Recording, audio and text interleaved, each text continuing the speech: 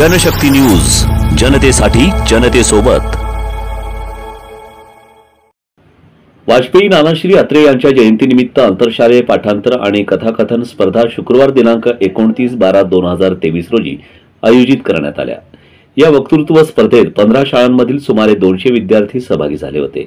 या स्पर्धेतील इयत्ता 5वी ते इयत्ता 7वीच्या गटात उमाबाई श्राविका विद्यालयाची कुमारी श्रद्धा कांबळे हिने प्रथम क्रमांक पटकावला। हरिभाई देवकरण प्रशालेची सेजल वाडी हिने द्वितीय क्रमांक पटकावला। सुयश विद्यालयाच्या श्लोक लामकाने आणि सोनामाता आदर्श विद्यालयाची वेदांतिका होसमनी यांना तृतीय क्रमांक विभागून देण्यात आला, तर देवांश क्षीरसागर याला उत्तेजनार्थ बक्षीस मिळाले। या स्पर्धेचे परीक्षक म्हणून दीपाली आराध्ये आणि वैशाली काळे यांनी काम पाहिले। इयत्ता 7वी ते इयत्ता 8वीच्या गटात प्रथम वीरप्रताप राठोड सुयश विद्यालय सोलापूर, द्वितीय धनश्री होनपारखे उमाबाई श्राविका विद्यालय, तर तृतीय क्रमांकाचे बक्षीस सिमरन मयेकर सोनामाता आदर्श विद्यालय यांना मिळाला।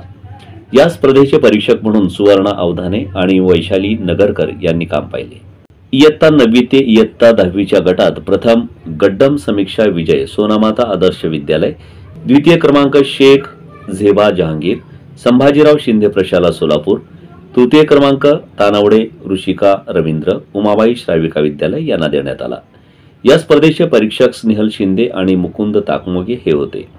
सदर स्पर्धा संस्थेचे अध्यक्ष अभिजित अत्रे सर, सचिवा कीर्तिलक्ष्मी अत्रे मॅडम, मुख्याध्यापक श्री अघोर सर या सर्वांच्या मार्गदर्शनाने सर्व शिक्षक बंधू भगिनी तसेच शिक्षकेतर कर्मचाऱ्यांच्या सहकार्याने यशस्वीरित्या पार पडल्या। सर्व यशस्वी विद्यार्थ्यांचे प्रशालेतर्फे अभिनंदन करण्यात आले। वरील स्पर्धेत यशस्वी विद्यार्थ्यांचे बक्षीस वितरण गुरुवार दिनांक 4 जानेवारी 2024 रोजी संस्थेचे संस्थापक वाजपेयी नानाश्री अत्रे यांच्या जयंती रोजी होणाऱ्या